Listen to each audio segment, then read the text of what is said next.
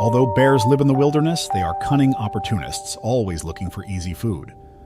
Once they catch the scent of human food, their initial caution dissipates, and their natural fear of humans fades away, replaced by a dangerous boldness that can lead to extensive damage to property and even life.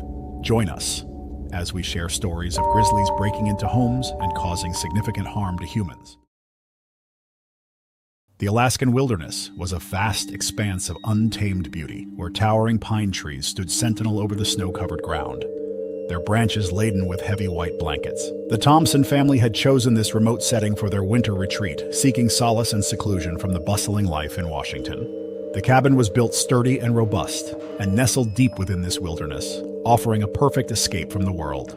A warm fire crackled in the stone fireplace inside the cabin, casting a golden glow across the wooden walls. The Thompson family had spent the day enjoying the serene landscape, sledding, and building snowmen, their laughter echoing through the frosty air. Sarah Thompson, the mother, was preparing a hearty stew on the old wood-burning stove while her husband, Jack, stoked the fire, ensuring it would last through the night. Their two children, Emma and Ben, played a board game on the large rug spread out before the hearth, their cheeks still rosy from the cold. The cabin was filled with a sense of contentment that comes from being surrounded by nature and loved ones. Outside, the wind howled softly, but inside all was warm and safe. Or so they thought. A sudden, thunderous crash shattered the peaceful atmosphere in what they thought was safe. The front door burst open with a force that sent splinters flying across the room. Two massive grizzly bears had entered the cabin, driven by hunger and curiosity. The bears' fur was matted with snow, their eyes wild and desperate. The family froze, their hearts pounding as they took in the terrifying sight. Unfazed by the human presence, the bears began to wreak havoc inside the house. They overturned furniture, their powerful paws leaving deep gouges on the wooden floor. One bear, larger and more aggressive, made its way to the kitchen, drawn by the scent of the stew. It reared up on its hind legs, swiping at the stove and knocking the pot to the ground. The steaming stew splattered across the floor, and the bear dropped to all fours, greedily lapping it up. The Thompson family, their initial shock giving way to survival instincts, scrambled to think of a plan. Jack motioned for Sarah to take the children and head for the attic. He grabbed a broom, hoping to use it as a makeshift weapon to buy them some time. Sarah scooped up Emma and Ben, her heart racing as she hurried towards the narrow staircase leading to the attic. Jack stood his ground, brandishing the broom, but he knew it was a futile gesture against such formidable creatures. As Sarah reached the attic, she ushered the children inside and quickly shut the door behind them. The attic was small and cluttered, filled with old boxes and forgotten belongings. She looked around, searching for anything they could use to fortify their position. With Emma and Ben's help, she found a heavy trunk and dragged it over to the door, wedging it shut. They huddled together in the dim light, listening to the chaos below. Jack, meanwhile, had retreated up the stairs after the second bear, smaller but no less menacing, turned its attention towards him. He joined his family in the attic, breathless and shaken. The bears continued their rampage, breaking furniture and growls echoing through the cabin. The family knew they had to find a way to deter the bears and survive the night until help could arrive. Sarah rummaged through the attic, her hands trembling as she searched for anything useful. She found an old camping lantern and some flares, remnants of previous outdoor adventures. She handed the lantern to Jack, who quickly lit it, casting a faint but reassuring light in the cramped space. The flares, she realized, could be used to scare the bears, but they would have to be careful not to set the cabin on fire. Jack took one of the flares and opened the attic door just enough to get a clear shot. He ignited the flare and tossed it down the stairs. The bright, fiery light startled the bears, who backed away, growling in confusion. The enormous bear swiped at the flare, but the intense heat forced it to retreat. The flare sputtered and smoked, creating a temporary barrier between the bears and the attic. The family knew this would not hold the bears off for long. They needed a more permanent solution. Jack looked around the attic, his mind racing. He spotted a bundle of thick ropes and an old tarp. An idea immediately began to form in his mind. If they create a makeshift barricade, they could trap the bears in the lower part of the cabin. Working quickly, Jack and Sarah tied the ropes to the heavy trunk and other sturdy objects in the attic, creating a network of obstacles that would be difficult for the bears to navigate. They spread the tarp over the ropes, making it even harder for the bears to push through. It wasn't a perfect solution, but it was the best they could do with what they had. Hours passed, and the sounds of the bears' rampage gradually subsided. The family remained huddled in the attic, their ears straining for any sign of movement below. They dared not move, fearing any noise might draw the bears back. The night seemed to stretch endlessly, the minutes dragging by with agonizing slowness. As dawn began to break, Jack cautiously cracked the door. The cabin below was a scene of utter destruction. Furniture was overturned and broken, and the kitchen was a mess of spilled food and shattered dishes. There was no sign of the bears, but their damage was apparent. Jack and Sarah exchanged a glance, a silent understanding passing between them. They had survived the night, but were not out of danger yet. They needed to ensure the bears were genuinely gone and assess their home's damage. Carefully, they made their way down the stairs, their movements slow and deliberate. Jack moved to the broken door and peered outside. The snow was churned up, evidence of the bears' departure. He listened intently, but there was no sign of them. He turned back to Sarah, nodding in silent confirmation that it was safe to come down. The family couldn't wait any longer and radioed for help, explaining their situation. The response was swift, the operator reassuring them that a rescue team would be dispatched as soon as possible. Within minutes, a team of rangers arrived in a helicopter, their presence a welcome sight for the Thompsons. The rangers were efficient and professional, assessing the situation and commending the family for resourcefulness. The family was helped onto the helicopter and taken to one of the hospitals in Anchorage for counseling before traveling back to Washington. Mark had always yearned for adventure since he was a young teenager.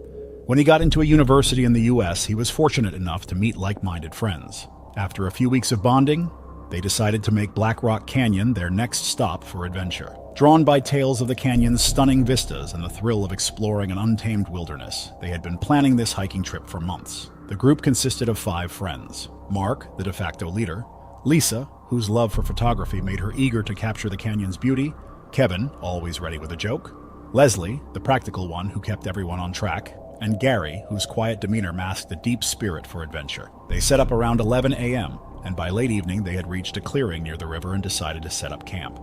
The spot was perfect, offering a serene view of the water and the surrounding cliffs. They pitched their tents, gathered firewood, and prepared for a night under the stars.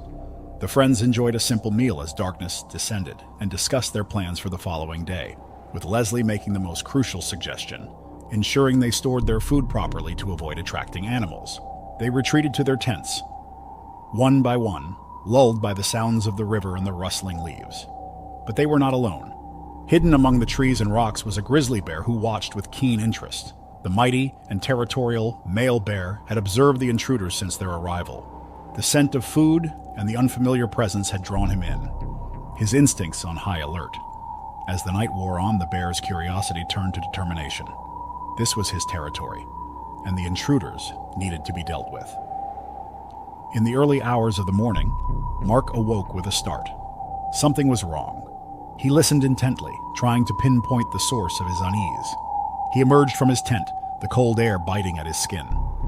The fire had died down to embers, casting faint shadows on the surrounding trees.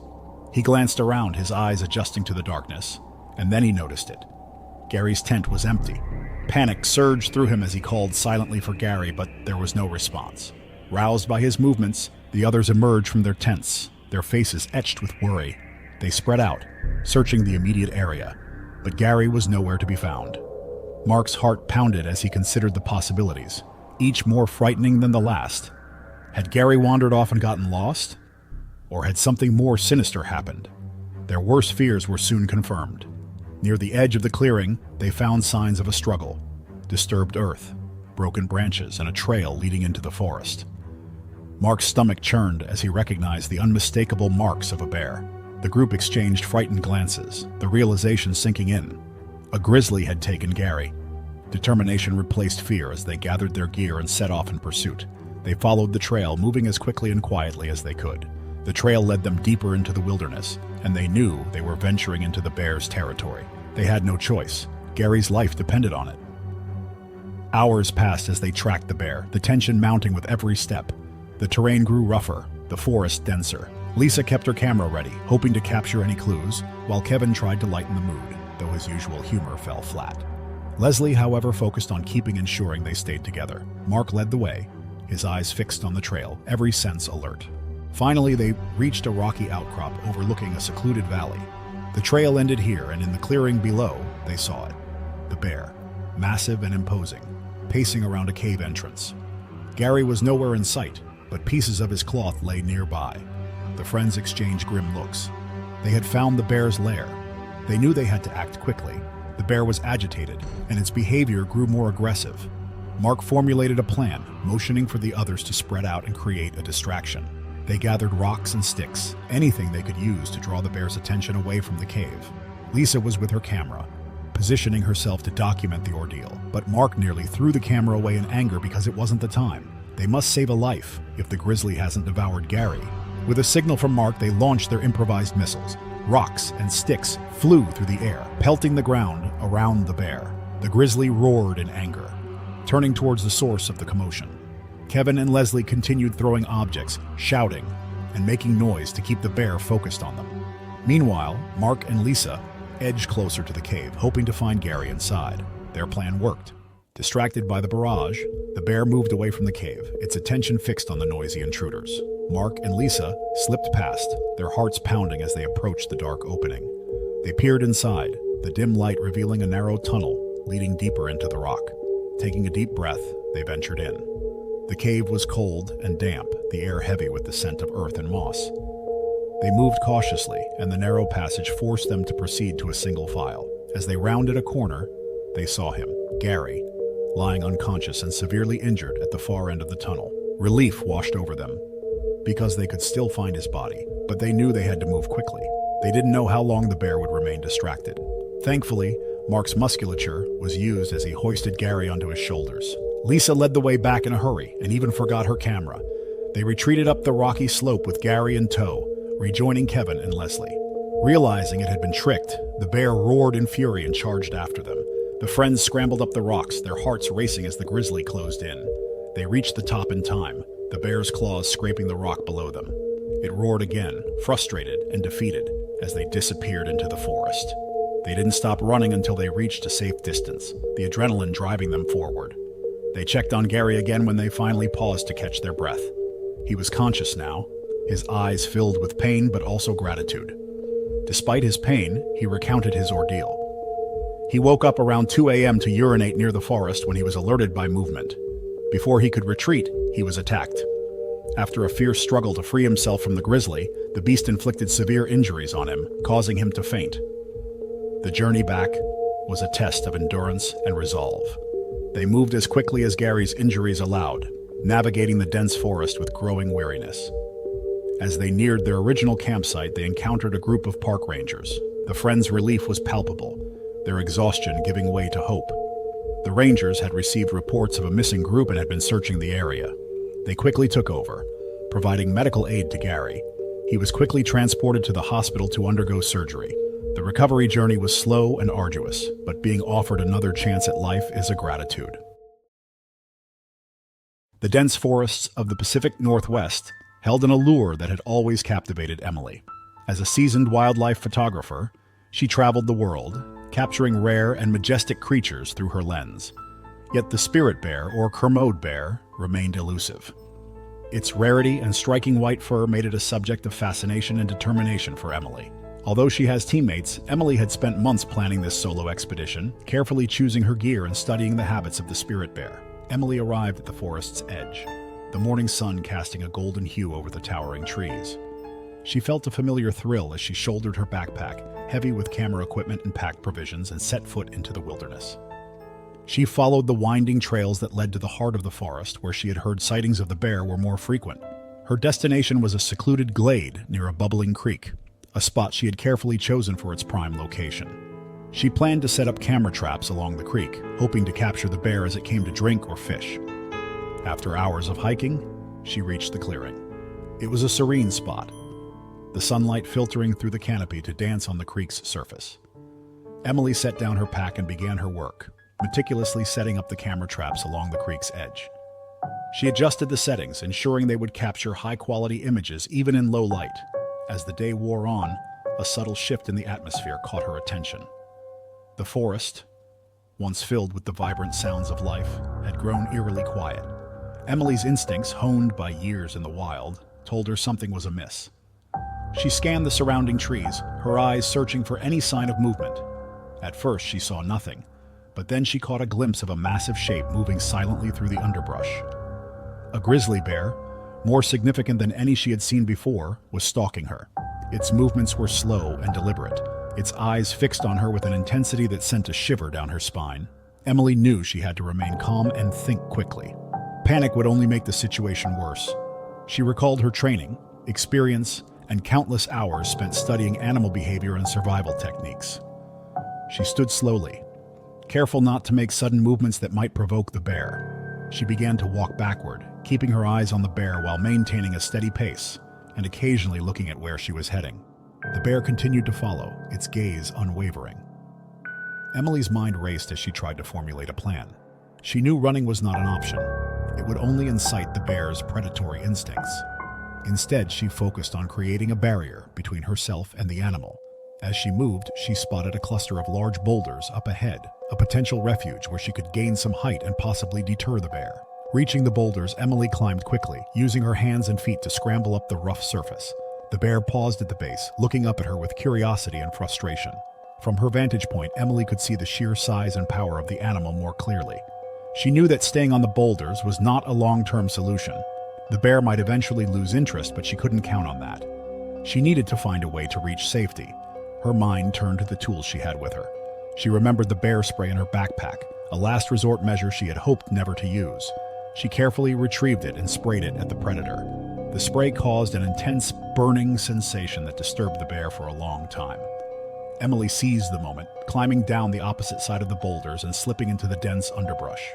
On getting to her camera, she retrieved it without checking whether it captured a spirit bear as she made her way toward the civilization in a hurry. Some minutes later, she got to the forest edge where her team was waiting in a helicopter. They helped her aboard, ensuring she was safe and unharmed. As the helicopter lifted off, Emily gazed down at the forest below. The winding creek, the towering trees, and the distant ridge all seemed to blur together in a tapestry of green and gold. She felt a mix of gratitude and awe, a deep appreciation for the power and beauty of nature. Her journey had been harrowing, but it had also been a testament to her resilience and strength. In the summer of 1993, the James family embarked on a long-anticipated vacation. Tom, the father, had been a pilot for over 20 years, and his love for flying was something he wanted to share with his family. The plan was to take a scenic flight over the northern Canadian wilderness, ending with a week-long camping trip at a remote lodge. Along with Tom were his wife, Anne, their teenage son, Jake, and their 9-year-old daughter, Lily. They took off from a small airstrip early in the morning, the sky clear and the weather promising. The family marveled at the untouched beauty below them as the small plane soared over the vast expanse of forest and lakes. Tom pointed out various landmarks, his voice crackling over the intercom, while Anne snapped photos. And Jake and Lily pressed their faces to the windows, captivated by the view. However, as they flew deeper into the wilderness, the weather changed. Dark clouds gathered on the horizon, and soon the plane was caught in a violent storm. Tom fought to maintain control, his years of experience pitted against nature's fury. Lightning flashed, and the turbulence grew more severe, shaking the small aircraft. The crash was violent and sudden. The plane plummeted through the trees, the wings snapping like twigs as it tore through the canopy. Finally, it hit the ground with a bone-jarring impact. The world around the James family went dark. Tom was the first to regain consciousness. His head throbbed, and he felt a sharp pain in his side, but he was alive. He checked on his family. Anne was unconscious but breathing, with a gash on her forehead. Jake was stirring, groaning in pain, while Lily, though shaken, seemed uninjured. Tom prioritized getting everyone out of the wreckage before it caught fire. With painstaking care, he unbuckled his family and pulled them to safety. Once outside, the full extent of their predicament became clear. They were in a dense forest, the towering trees blocking any sky view. The plane was a crumpled mass of metal, their supplies scattered and damaged. Tom assessed their situation. They were miles from any known civilization, and the crash damaged their radio. The storm had abated, but its aftermath left a chill in the air and an oppressive silence. Tom set to work, prioritizing their immediate needs. He started a fire to keep them warm and to signal for help. He treated Anne's wound with a first aid kit salvaged from the plane and checked Jake for any severe injuries. Remarkably, they had all survived with only minor injuries. As the days passed, the family settled into a routine of survival. Tom and Jake scavenged what they could from the wreckage while Anne and Lily gathered firewood and set up a makeshift camp. Their supplies were limited, and they rationed their little food, supplementing it with whatever they could forage from the forest. Despite their best efforts, the sense of isolation grew. The dense forest felt suffocating, and the realization that they were alone weighed heavily on them. Their hopes of a quick rescue faded with each passing minute. One evening, as the family sat around the fire, they heard a distant guttural roar. The sound echoed through the forest, sending a shiver down their spines. Tom knew immediately what it was: a grizzly bear. He had encountered bears before, but never in such dire circumstances. The realization that they were not alone and that their island was home to a massive, aggressive predator added a new layer of terror to their situation. The bear's presence was soon confirmed. The following morning, they found tracks around their camp and the remains of their food stores ransacked. The bear was enormous, its prints deep and wide. Tom knew they had to be vigilant. He fortified their camp as best as possible, creating barriers with fallen branches and whatever debris he could find. The bear's attacks became more frequent. It was a relentless pursuer, driven by hunger and territorial instincts. The family had to move their camp several times, finding new ways to protect themselves each time. Tom's experience as a pilot and survival enthusiast was invaluable, but even he was tested to his limits. One night, the bear made a direct assault on their camp. It quickly tore through their barriers, its massive frame looming in the firelight. The family retreated to a large tree, climbing to the higher branches where the bear could not reach. From their perch, they watched in horror as the bear ravaged their camp, destroying what little they had left. In the attack's aftermath, Tom knew they had to do something drastic. They couldn't keep running and hiding. They needed a plan to survive, and ultimately, to signal for help. He decided to use the plane's remains to create a more stable shelter and to set up a signal fire visible from the air. With Jake's help, Tom salvaged parts of the plane, using the metal and fabric to construct a sturdy shelter. It wasn't much, but it offered some protection from the bear and the elements. Anne and Lily focused on gathering food and keeping the fire burning. The family worked together tirelessly, their bond strengthening as they faced their challenges head-on. On the morning of their third day in the forest, Tom noticed a change in the air. The days were getting warmer, and the forest was coming alive with the sounds of birds and insects.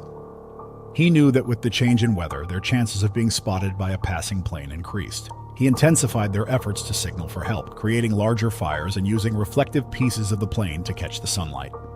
Their perseverance paid off. A few hours later, as Tom and Jake were tending to the signal fire, they heard the distant hum of an engine.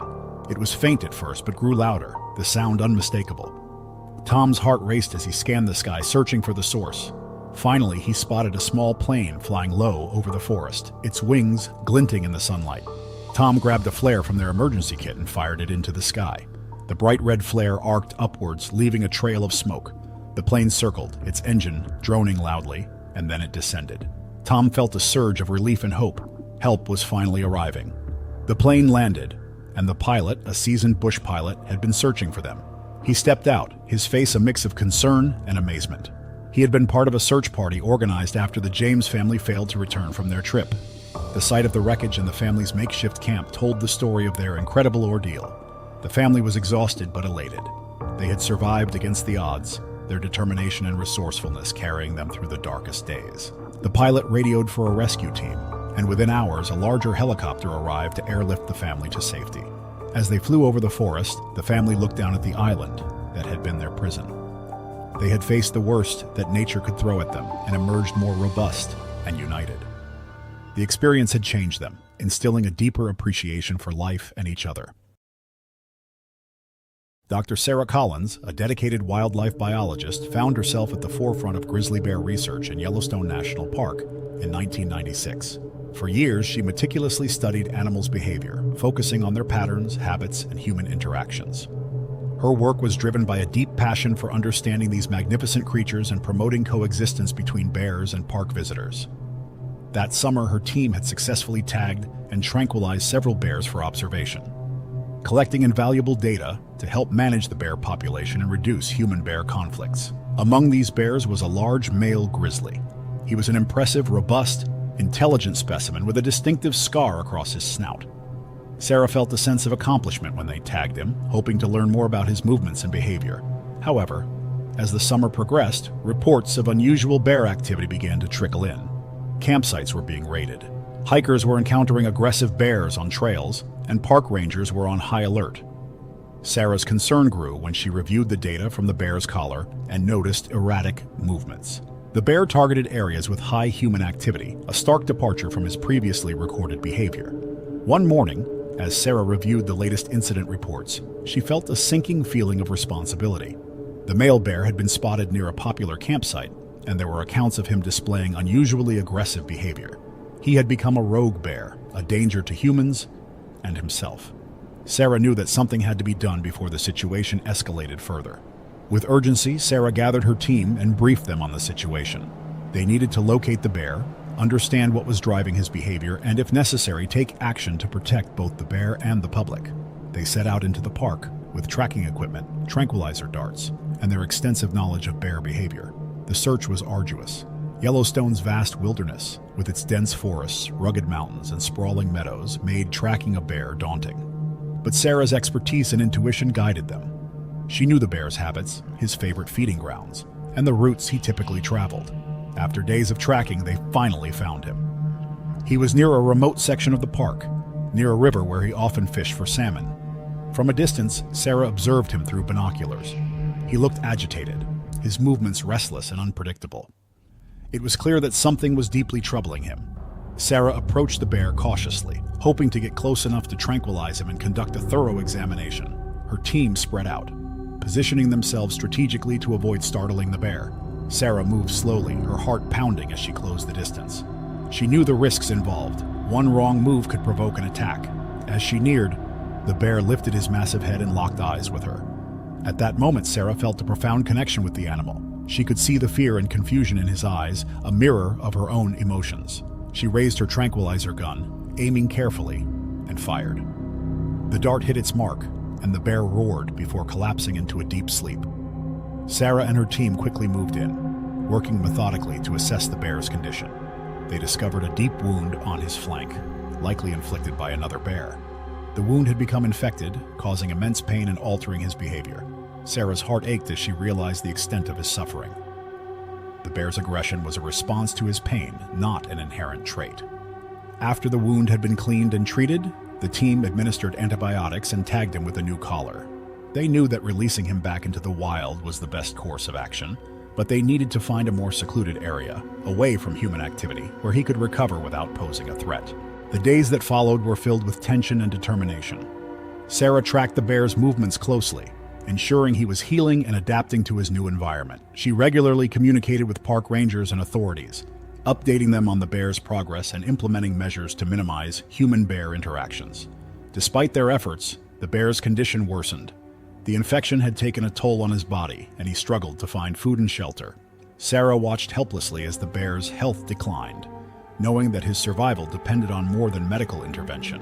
One fateful evening, Sarah received a distress call from park rangers, who said a group of hikers had encountered the bear near their campsite.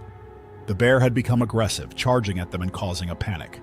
The hikers only managed to escape unharmed, but the situation was dire. Sarah knew she had to act quickly to prevent a tragedy. She and her team set out immediately, following the hikers' directions to the campsite. With her team positioned at a safe distance, Sarah advanced slowly, her tranquilizer gun at the ready. She called upon every ounce of her experience and training, her mind focused on the task.